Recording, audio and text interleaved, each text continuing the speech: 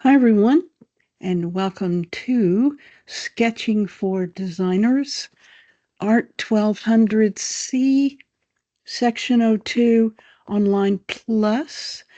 It's the 2025 summer quarter term, also 2, and this is Module 2. So I wanted to mention just very briefly a couple of things. Let me get this set so we can actually see it. Okay. There isn't a lot of work that's been turned in yet, and I know we got a late start with the first week, but I just wanted to make sure that everyone was understanding of the assignment or assignments. There's two actually, and didn't need any help. Be sure and check your announcements because I do list all of my contact points that you can certainly reach out to. Let's go ahead and get started. Here we go. Welcome. This thing is driving me nuts, and it's because it won't go without having that little weirdness there. It won't center, so we're going to have that little weirdness. All right, welcome again. This week we'll be focusing on 4 assignments that highlight 1 and 2 point perspectives. I gave you as, I think, a package of perspective sketches for, I think, primarily 1 point, but I may have given you 2. I'll check. If you'd like them again, I can certainly, in fact, I'll put them in Module 2 so you can grab them again if you think you might need them. The sketch that you're looking at here is just a quick sketch. Excuse me.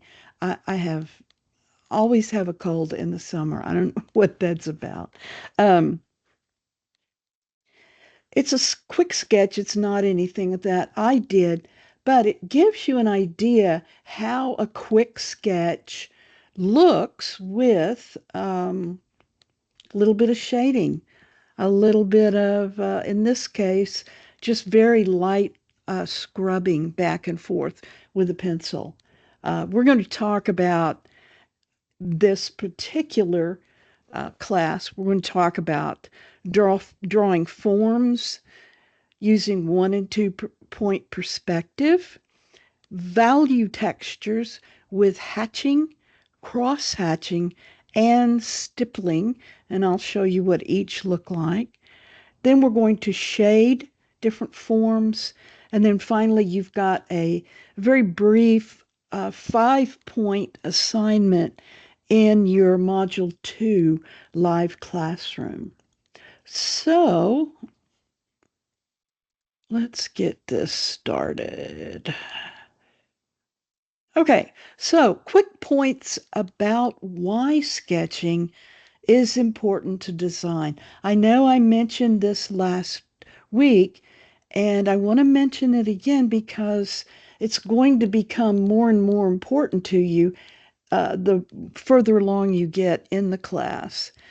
Um, the quick sketching, uh, ultimately to get a little more detailed, um, is to communicate ideas quickly. I talked about storyboards and that kind of thing.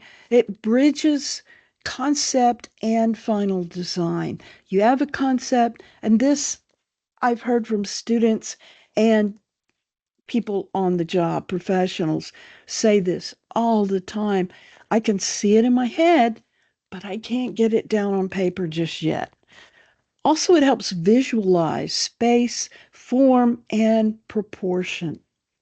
I teach a drawing class at another university, and it's a straight drawing class. Drawing 1 is object drawing, mostly shapes. Uh, Drawing 2 is the human figure, where we have models that we draw from. Um, so, in our situation, we are trying to into a habit to very, very easily uh, sketch everyday objects like chairs and boxes and that kind of thing. You can look at a scene and go, okay, I know exactly how to draw that. And I can also add my perspective and my creativity, my idea. This is one point perspective. Basically, you have a horizon line, and the horizon line obviously isn't there, but it's where all the points sort of meet. Okay. And it basically is a vanishing point. This is one point perspective. One point perspective can be with the vanishing point over here. You just have to turn everything to fit perspectively wise uh, that different vantage point that you've created.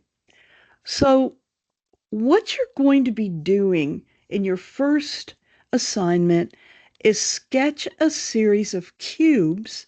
These are cubes that use one point perspective.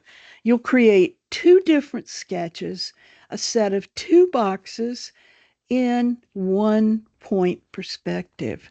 So you're going to be doing something like this, two boxes in one point perspective instead of, in this case, four.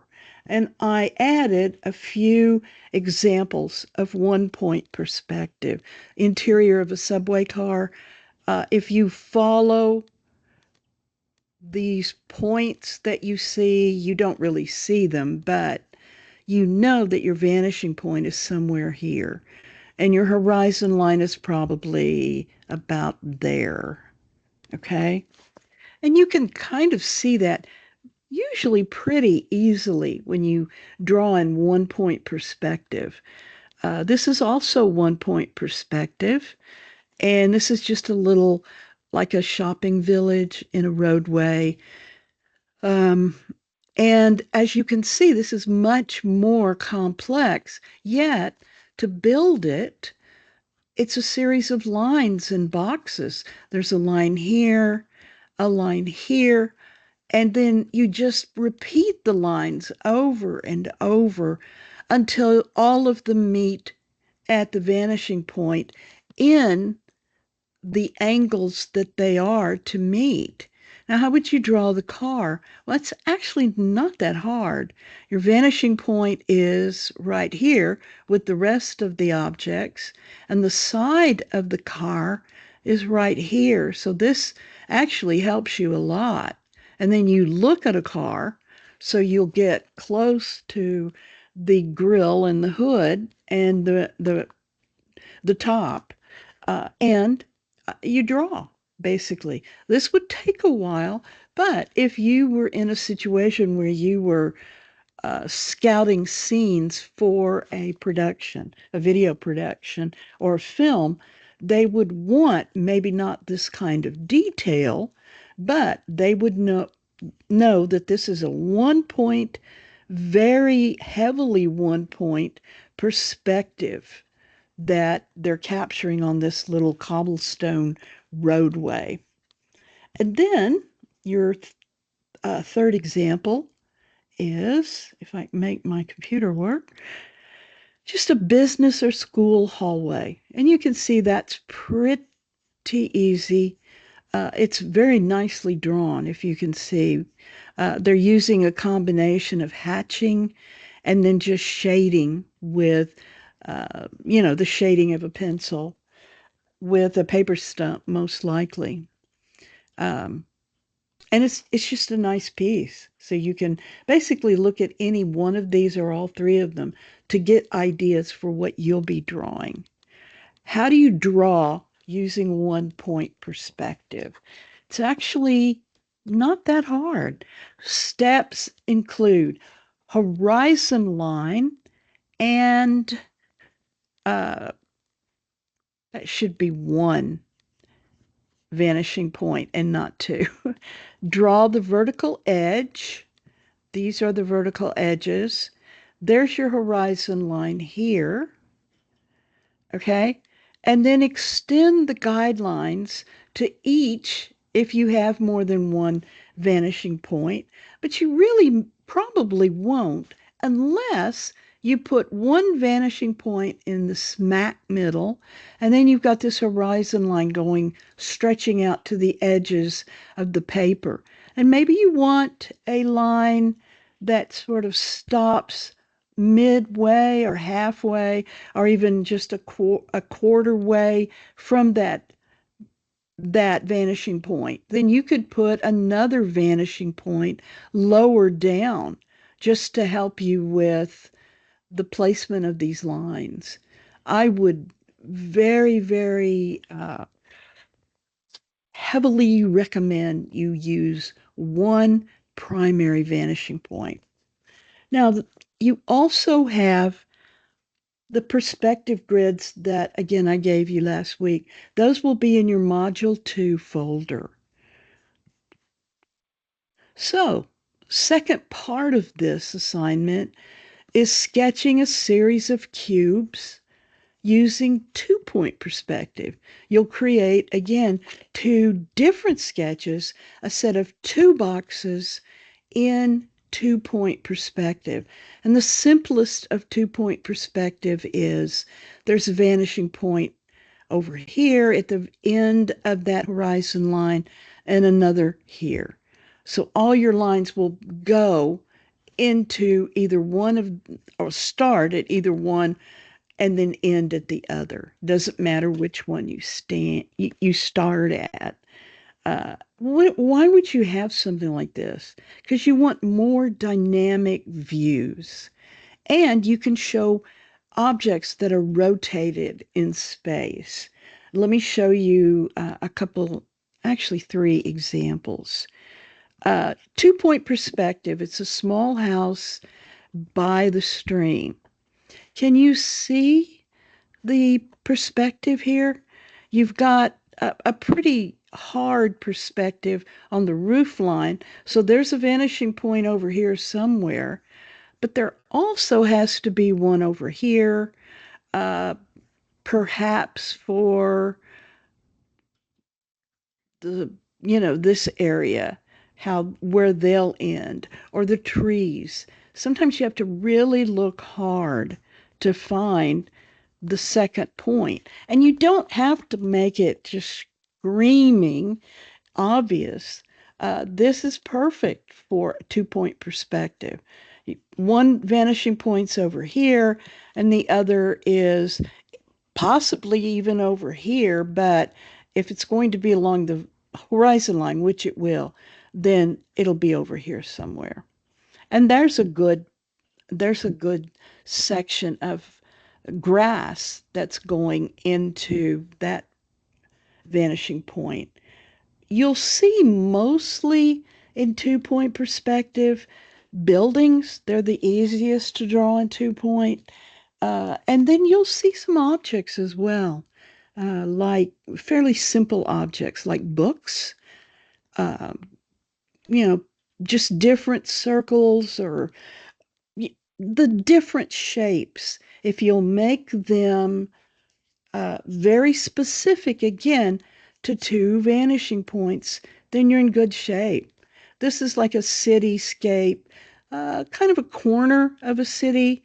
It's not very detailed as far as, it's got some uh, indications of signs, but that's really about it. What is very strong in this image is vanishing point one and vanishing point two.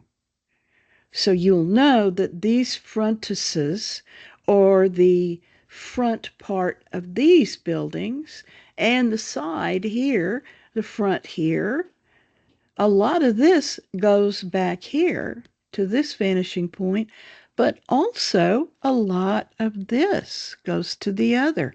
This is the other vanishing point. This is the other. Do you see? It's a fairly easy uh, composition, but it's also technical in that you've got to figure out which way these buildings are going to face and the same here. And it will look off when you have a big building further away from the central area. It'll look like it's stair stepping. But as long as everything goes back to that vanishing point, then you're in good shape. And then finally, I want to show you yet another just quick little sketch. You probably will need to have a little more detail than this. If you're going to have these buildings, I'd finish them and then maybe put clouds. If this looks like a phone line, telephone line, or whatever, I don't know. Uh, but then I would finish out the storm clouds or the white puffy clouds, whatever you want. That's your deal. But this is also pretty easy to draw. So, what are the steps in drawing um, 2-point perspective? It's actually pretty easy.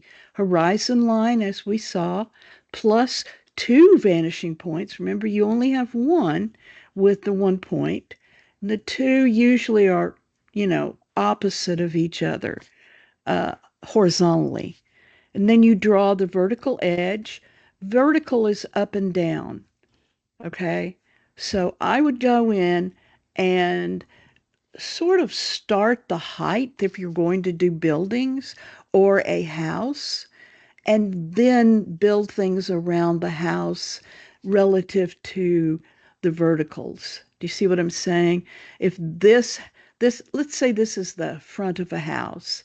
Here's one of the verticals, and then you've got a pitched roof, and the roof's going to pitch this way, but it's also going to pitch this way.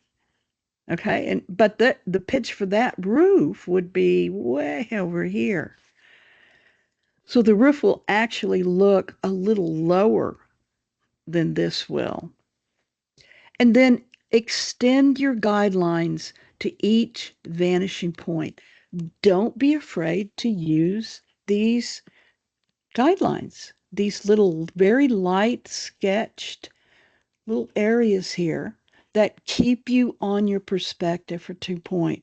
I would also make sure you use a very, very light pencil for these guidelines and then come back with a B or 2B and really flesh these buildings out or whatever it is you happen to be drawing. Okay? This is going pretty quickly because we only have 4 assignments. One is the live discussion, and these next two are not that difficult as well. So I won't take up as much time as I usually do. Assignment two is a little different than probably what you've ever done in the actual text for your blackboard. This value scale that you see is actually a big 5 box setup, and it's got different types. I think it has stippling and cross hatching and a lot of different types of values. Do you know what a value is? A value is dark to light. Your color is easy. It's gray. You're using gray graphite pencils. You use a very thin pencil or you use a very thick pencil.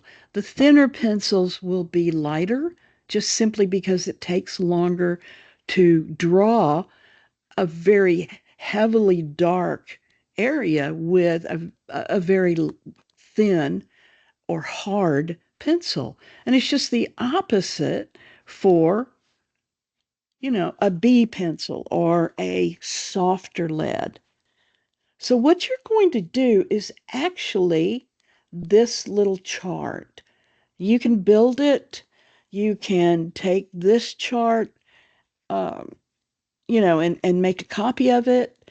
But remember, you're going to have to use not digital lines and circles and all of that, but you're going to use your pencils for this as well. Um, so value, a dark value, there's your sort of your go by. Very dark to, let's say this is about 80%. One more box and it'll be solid black. So 80, 60, 40, 20, really closer to 10, and then 0 for your light. Okay? And I really think you should keep this template once you do it.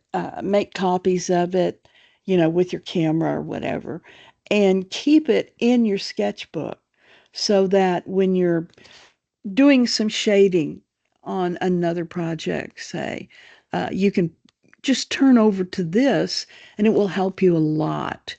Now, what are all these different things that I'm mentioning here? Hatching, cross hatching, and stippling. Let me show you. This is hatching. Hatching it's kind of interesting and fun. This is just a simple sphere, and this is the cast shadow of the sphere. And as you get further away from the shadow of the sphere, the actual cast shadow gets lighter until it just completely fades away. But to do this, you're really only creating one line or one direction of one line over and over and over. And you very, very, very lightly indicate the sphere. And then as, let's say your light source is right here, okay? And it really looks like it is right there. So as you move away from your light source, you're going to get darker. But remember, light wraps around an object. So you're going to get a little sort of a light bounce down here.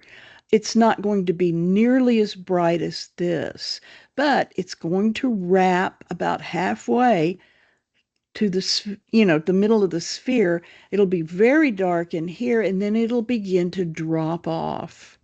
The closer to the light source, the more drop off you'll see. But this is hatching. I'm not going to use a whole lot of, just squiggly lines. I'm going to try to keep as closely as I can, sorry about that, in one direction and make it look less like scribble and a whole lot more like actual value of the sphere. Now, what kind of pencil are you going to use here? You're going to use probably a 2B, maybe even a 4 down here. But this, essentially, you don't want to change the nature or the look of the outline. And you really don't want an outline at all, except it's just hinted, by the light. So I would use a softer lead. I'd go back over it and darken the areas that need to be darkened.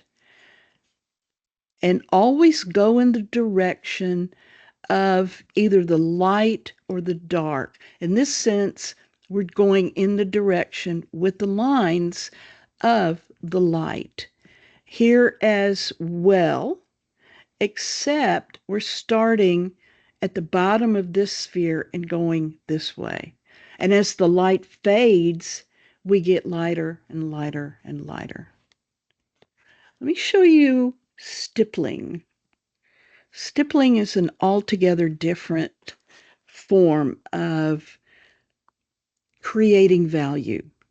There's also a type of illustration called stippling, where you indicate the darks and the lights through the sizes of the dots and the sort of gathering closer. The darker the area is, the more you're going to have, these stipples or these little dots. This takes a long time to do.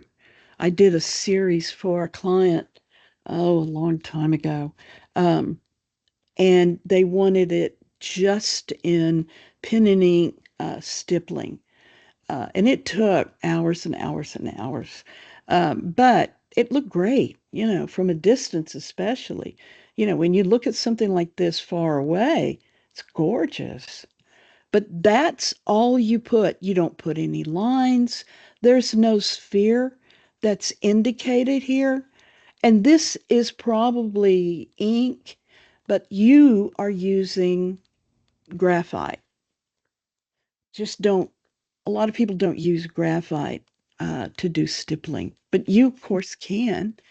Your light source is in the middle and then radiates out to darkness.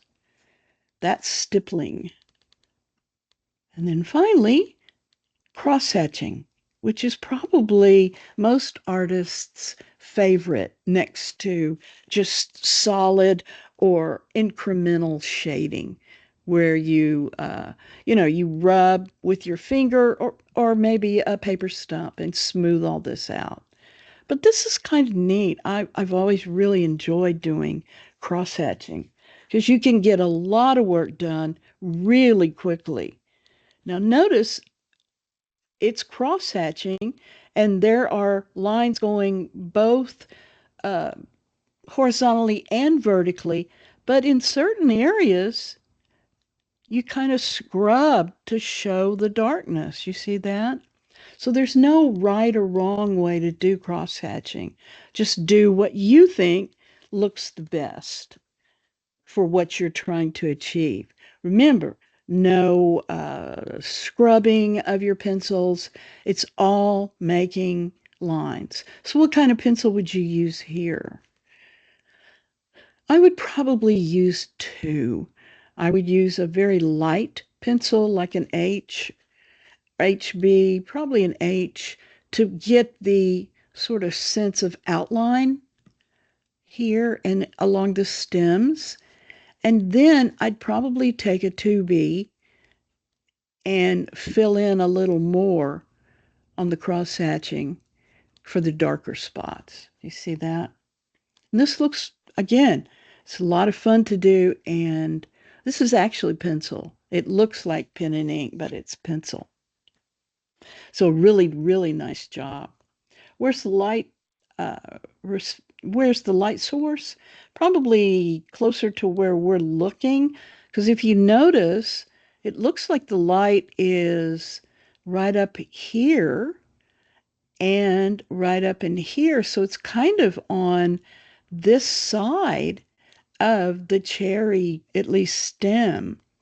So a lot of times students have trouble with light sources. So I say, after you decide on your objects, draw a circle or just a little light bulb wherever you want your light source to be. Draw it there. Make it very light because you can go back later and erase it. But look at your light source as you draw. It will help tremendously. And I have a way to draw with a light source, kind of a little layout that I will also put in your Module 2 folder. So when you're finished, you scan or you photograph your page of the value strips in a good light source. Again, you've got to light or make sure you have a good light source on your drawings of shading and light source. So keep that in mind. Assignment 3 is kind of a step forward in what you're going to be drawing and how you're going to shade this drawing. This is a 3D photograph that's already there for you. I want you to use this and nothing else. These are 5 simple boxes with a single light source. Where's the light source? It's probably straight up. You see, the tops of these boxes look very much lighter than the sides. Okay? you're going to concentrate on the drawing more than setting up a scene. You don't want plants over here or, dogs running in and out or, you know what just do this. And your shades or shadows are already there. So you don't have to do necessarily that much work with a single light source, as you can see. So, first drawing is this one. Once you sketch it in, and you can use straight edge, by the way, if you want on any of these. You're going to use this as your guide, and then I want you to add value to this drawing, shading the lighting on these boxes. This can be a full range of values from dark to light with your medium tones within or in between. There's your very light source, seeing that light source almost directly. Dark, that's your darker value, and there's your middle value. Again, same thing here. And really on the other boxes as well. You just may have parts shaded by the boxes, sort of overlapping. Okay? Now, the values will simulate three-dimensionality as well as depth. Okay? I want you to choose whether you're going to do hatching, cross-hatching, or stippling. Okay? That's your part 1 of assignment 3. Part 2 is pick 2 or 3 objects from around your house. Look for simple objects, not too complicated. Think simple. This is your first really jump into drawing from objects, drawing from a setup of objects. So make it a soda bottle, a soda can, a piece of fruit that's been opened up, books, super easy, or, you've got like bowls from your kitchen. Anything like that. Don't draw your keychains or your keys because those are kind of complex. A couple of coffee cups. Um, the pieces of fruit probably is one of the better objects you could draw because you've got a lot of texture and you've got a lot of detail with your values. A lot of value detail here and here. If you want to draw one of these 3 photos, that's fine with me. You can do that as well if you don't want to go looking for a source. Okay? And that, by the way, is an orange single object with pieces. Okay, thank you. I was I was making this for you and I saw that as it was just sort of there as a descriptive phrase. And I went, oh, okay. I mean, yeah, we know. And I know my students will figure it out as well. And then finally, assignment 4, go to the live discussion question. And it's about value. And it shows you the value bar that is in your text. Now, if you're having any kind of confusion about any of your assignments, let me know. I'm more than happy to help. I can meet you. I can, we can exchange texts. We can go on a video live. I didn't mean meet you like at some corner somewhere. I meant like on Teams as a video, and I can demonstrate this. So that is all I have for tonight. Again, I want to encourage you to ask questions. And if you're not working already in Module 1, you might want to go ahead and get started because time is passing quickly. So that's all I have. My name is Kim Grable, and this is Art 1200C, and I want you to have a great rest of the week. So take care.